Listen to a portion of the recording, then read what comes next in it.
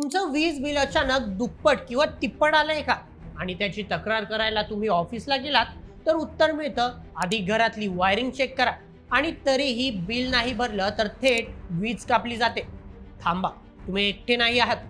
आज आपण महावितरणच्या अशा एका घोटाळ्याबद्दल बोलणार आहोत ज्याने महाराष्ट्रातल्या सर्वसामान्य माणसाची झोप उडवली आहे. उन्हाळ्याची चाहूल लागली आहे.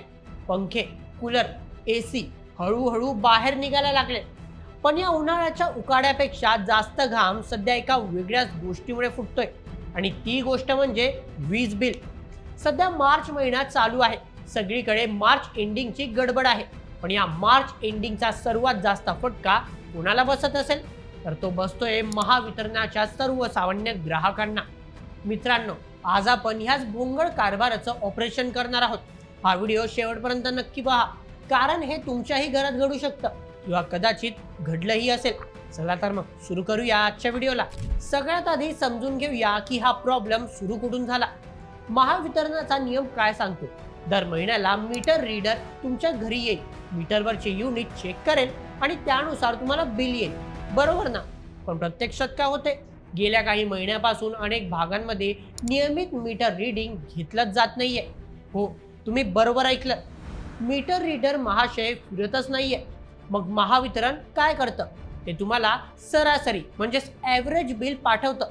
म्हणजे मागचे काही महिन्याचा अंदाज लावून एक ठराविक रक्कम बिलावर छापून येते. आपणही विचार करतो, चला 200-300 रुपयेच आहेत, भरून टाकू.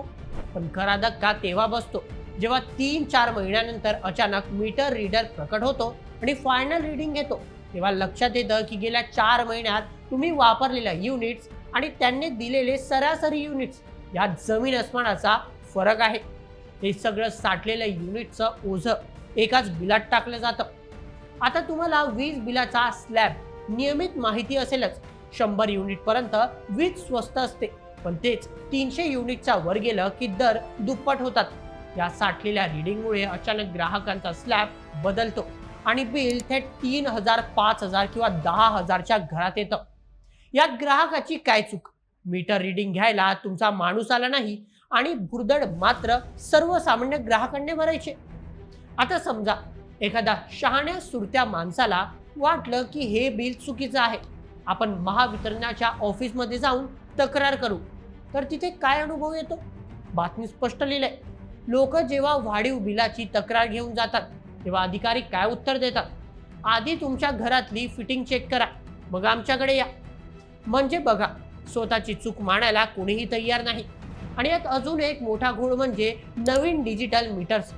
जेव्हापासून हे नवीन मीटर बसवले तेव्हापासून लोकांच्या तक्रारी वाढल्या आहेत की जुन्या मीटरपेक्षा या नवीन मीटरमध्ये युनिट दुप्पट वेगाने पडत आहे.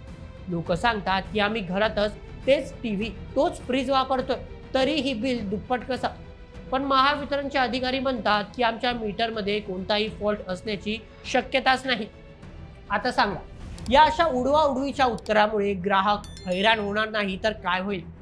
बिलांचं समायोजन म्हणजेच ॲडजस्टमेंट किंवा दुरुस्ती करून मिळवण्यासाठी लोक चपला झिजवून चक्रा मारतात, पण कोणीही दाद देत नाहीये. अधिकारी म्हणतात सिस्टीममध्ये जे बिल आलंय ते भरावंच लागेल. आणि आता येतो या कथेचा सर्वात संतापजनक भाग, मार्च एंडिंग.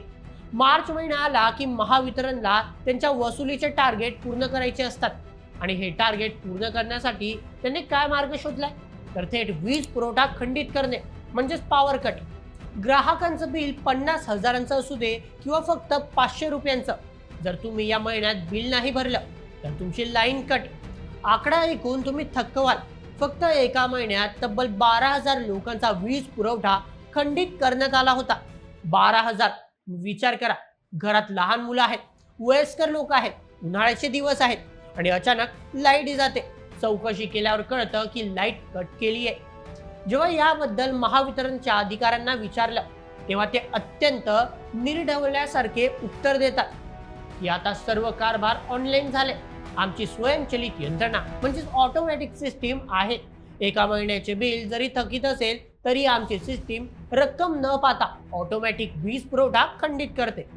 अरे पण तुमची सिस्टीम ऑटोमॅटिक आहे तर रीडिंग घेण्यासाठी ती ऑटोमॅटिक माणसं का नाही पाठवत? बिल पाठवताना तुमच्या सिस्टीममध्ये बिघाड होतो पण लाईन कापताना मात्र तुमची सिस्टीम एकदम शार्प चालते.